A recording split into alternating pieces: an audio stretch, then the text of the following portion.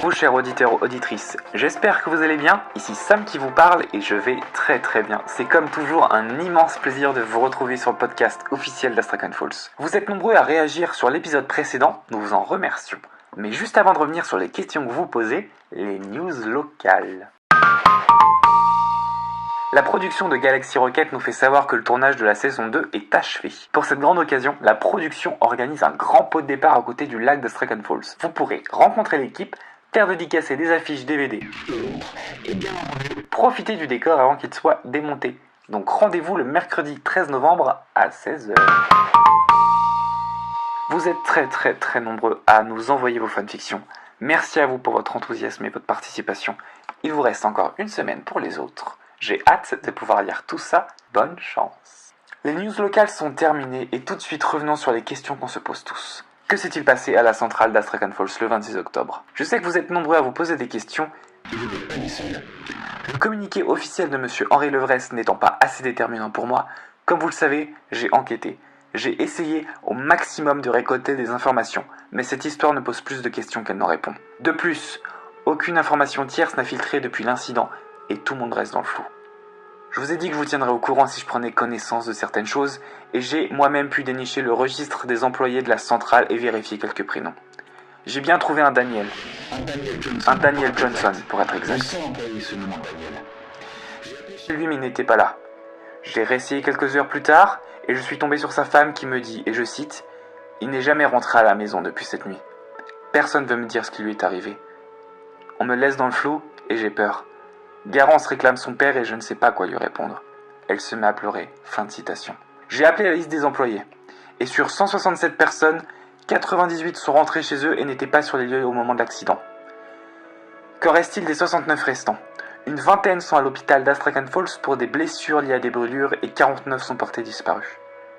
Je ne sais pas comment c'est ça. J'ai aussi réussi à récupérer la pellicule de mon appareil qui était endommagée, mais il n'y a rien d'en tiré.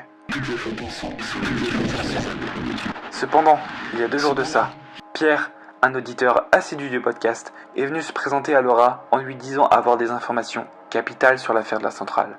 J'ai bien entendu voulu le rencontrer et il s'avère qu'il est ici, avec nous, sur plateau. Bonsoir Pierre et merci d'avoir accepté d'être avec nous aujourd'hui. Comment allez-vous ? Je vais bien.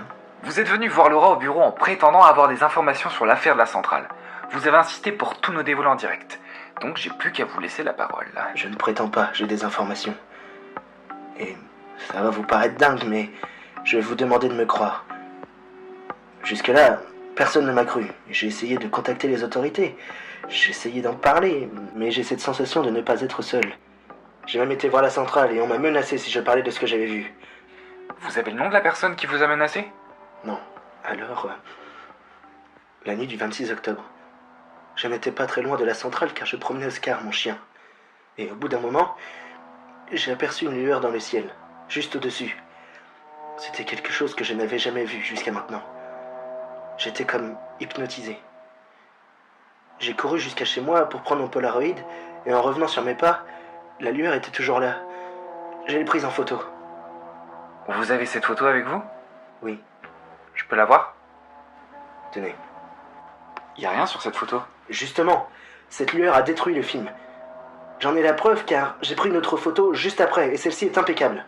C'est peut-être un défaut du film, ça arrive assez souvent, vous savez. Mais croyez-moi, s'il vous plaît. Je veux bien vous croire, mais en quoi cette lueur dans le ciel a un rapport avec le supposé incendie de la centrale ? Quelque chose arrive. C'est ici. Je le sens. Je le sais. Personne ne le voit. De quoi vous parlez ? Vous ne le voyez pas ? Il est juste derrière vous. Y a rien derrière moi, Pierre, calmez-vous s'il vous plaît. Il est venu pour moi. Pierre, rangez cette arme. Vous n'êtes pas en danger ici. Il approche. Pierre, s'il vous plaît, vous allez blesser quelqu'un. Je ne veux pas le laisser rentrer dans ma tête. De quoi vous parlez ?